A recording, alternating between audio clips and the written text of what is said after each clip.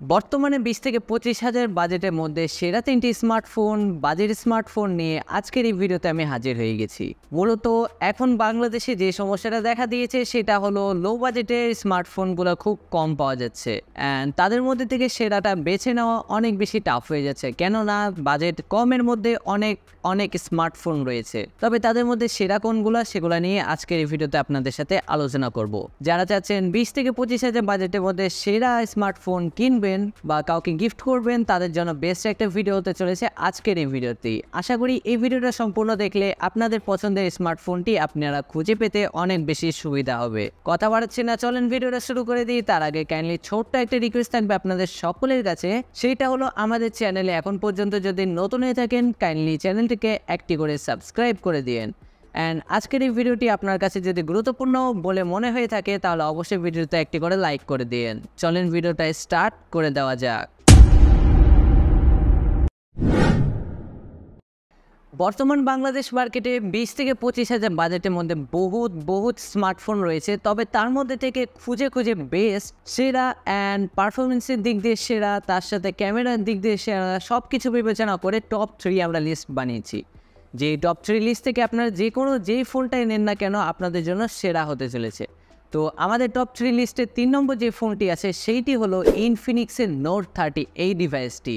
মূলত এই ডিভাইসটি আমাদেরকে যেই জিনিস অফার করছে সেগুলো আমি বলছি, তার আগে আপনাদেরকে বলবো যারা এইটার ফুল রিভিউ ভিডিও দেখতে চান তারা আই বাটনে ক্লিক করুন, উপরে আই বাটন আছে, সেখানে আমি ফুল রিভিউ ভিডিওটা আপনাদের সাথে শেয়ার করে দিলাম।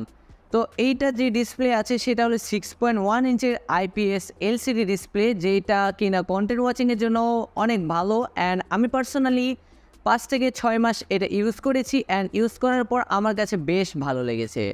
অ্যান্ড এইটা যে অ্যান্ড্রয়েড সেটা হলো অ্যান্ড্রয়েড 14 দ্বারা রান করা হয়েছে। অ্যান্ড এইটার যে চিপসেট আছে সেটা হলো মিডিয়াটেকের Helio G99 প্রসেসর। এইটা আমাদেরকে খুব ভালো ব্যাকআপ প্রোভাইড করে। ইভেন আপনারা যদি হেভি গেমিংও করে থাকেন সেটা তো মোটামুটি ভালো একটা এক্সপিরিয়েন্স আপনাদেরকে প্রোভাইড করে থাকবে। তবে রিকমেন্ড করব এইটা যে চিপসেট আছে সেটা দিয়ে খুব বেশি হেভি গেমিং না করাটাই ভালো, তবে এইটা আমাদেরকে যথেষ্ট ভালো একটা পারফরমেন্স প্রোভাইড করেছে। অ্যান্ড তার সাথে এটা যে ভেরিয়েন্ট এটা হলো 8/128 ভেরিয়েন্ট, তার সাথে 8/256 ভেরিয়েন্টও আছে। অ্যান্ড এটা যে ক্যামেরা আছে সেটা ব্যাকে রয়েছে তিনটা লেন্স, যেটা প্রথমটা হলো 64 মেগাপিক্সেল, তার সাথে একটা 2 মেগাপিক্সেল অ্যান্ড আরেকটা AI লেন্স। সো AI লেন্সের কারণে আপনারা একটা ভালো ব্রাইট ছবি আপনারা লক্ষ্য করতে পারবেন। অ্যান্ড যেটা সেলফি ক্যামেরা আছে এটাতে 16 মেগাপিক্সেলের একটা সেলফি ক্যামেরা। অ্যান্ড এটা যে স্পিকার রয়েছে সেটা হলো ডুয়াল স্পিকার, যার কারণে আপনারা সাউন্ড যখন শুনবেন খালি কানে তখন এটা ভালো একটা সাউন্ড প্রোভাইড করবে।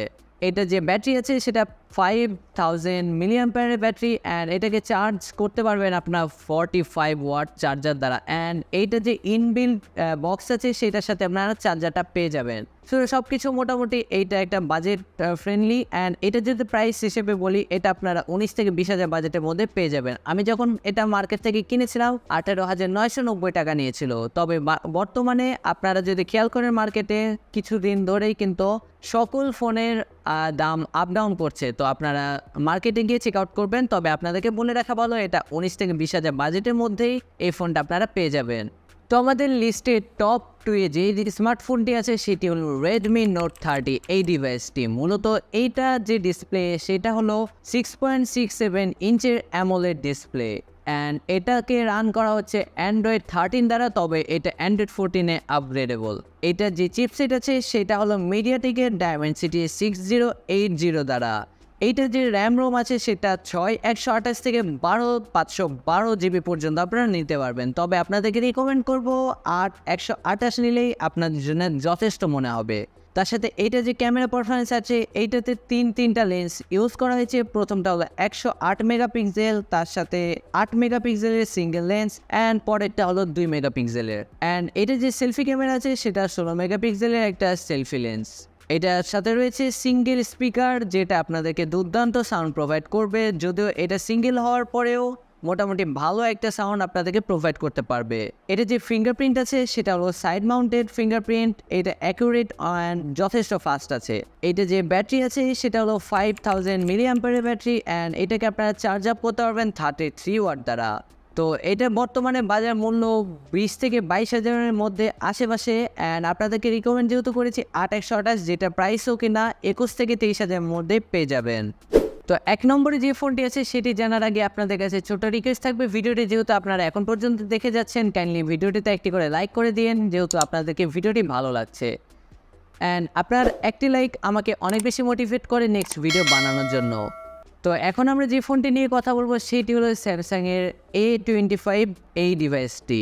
মূলত এইটি যে ডিসপ্লে সেটি হলো 6.5 ইঞ্চের একটি সুপার অ্যামোলেড ডিসপ্লে দ্বারা গঠিত স্যামসাংয়ের ডিভাইস। তার সাথে এটাতে রান করা হচ্ছে অ্যান্ড্রয়েডের 14 দ্বারা, অর্থাৎ অ্যান্ড্রয়েড 14 দ্বারা আপনারা এই ডিভাইসটিকে রান করতে পারবেন। এটা যে সিপিইউ বা প্রসেসর আছে সেটি হলো এক্সিনোসের 1280 দ্বারা। অ্যান্ড এটা যে বেস ভেরিয়েন্ট সেটা হলো 4/128, যেটা বাংলাদেশ মার্কেটে পাওয়া যায় না, তবে বাংলাদেশ মার্কেটে 6/128 এই ভেরিয়েন্ট অ্যান্ড 8/128 8/256 পর্যন্ত পাওয়া যায়।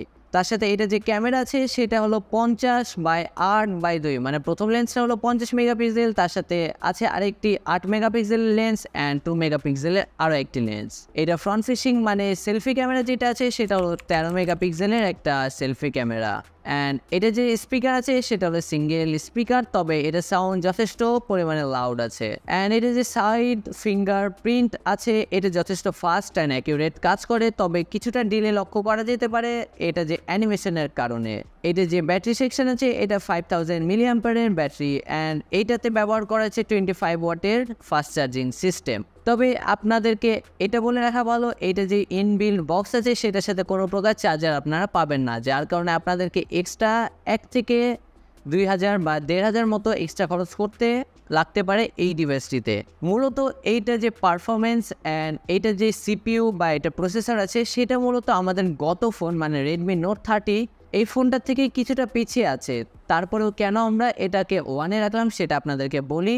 মূলত এইটা যে OIS update and Android update and সব কিছু যদি আপনাদেরকে বলি খুলে বলি, তাহলে এটা মোটামুটি 4 থেকে 5 বছর আপনাদেরকে সিকিউরিটি আপডেট থেকে শুরু করে অ্যান্ড্রয়েড আপডেট সবগুলো আপডেট আপনাদেরকে প্রোভাইড করবে, যা অনেক বেশি গুরুত্বপূর্ণ আমার কাছে মনে হয়। অ্যান্ড এটা যে ক্যামেরা সেকশন আছে এটা যথেষ্ট ভালো পারফরমেন্স করে রেডমি নোট 30 থেকেও। বাদবাকি সব কিছু জায়গাতেই কিন্তু এটা এগিয়ে আছে। মূলত এটা ডিসপ্লে থেকে শুরু করে লুকস ডিজাইন সব কিছুর দিক দিয়েই কিন্তু এটা এগিয়ে। অ্যান্ড আরেকটা আপনার প্রবলেম ফেস করতে পারবেন, হয়তো রেডমি যে ফোনটা আছে সেটাতে কিন্তু প্রচুর পরিমাণে বাগ লুক থাকে, তবে অন্যান্য যে সকল ডিভাইসগুলো আছে তাদের থেকে তুলনামূলক কম হয়। আপনাদেরকে টপ 2-এ ওইটার জায়গা আমি করেছি। আশা করি এই ভিডিও থেকে আপনারা বুঝতে পেরেছেন যে এই ডিভাইসগুলোর মধ্যে আপনারা কোনটা বেছে নিতে পারবেন অ্যান্ড আপনাদেরকে টপ 3 একটা আইডিয়া দিয়েছি। তো যেই ডিভাইসটা আপনার পছন্দ হয়েছে সেটা কাইন্ডলি আপনারা ইউটিউবে সার্চ করবেন, সেটা ফুল ডিটেলস রিভিউ ভিডিওটা আপনারা চেক করলে তার ফুল ডিটেলসগুলো আপনারা জানতে পারবেন। অ্যান্ড আপনাদের যদি কোনো কিছু জানার থাকে অবশ্যই কমেন্ট বক্সে জানিয়ে দেবেন। আশা করি ভিডিওটা আপনাদের সকলের ভালো লেগেছে। আমাদের চ্যানেল নতুন হয়ে থাকলে কাইন্ডলি একটি সাবস্ক্রাইব করে দিন। দেখা হচ্ছে নতুন কোনো আরও একটি ব্র্যান্ড নিউ ভিডিওতে।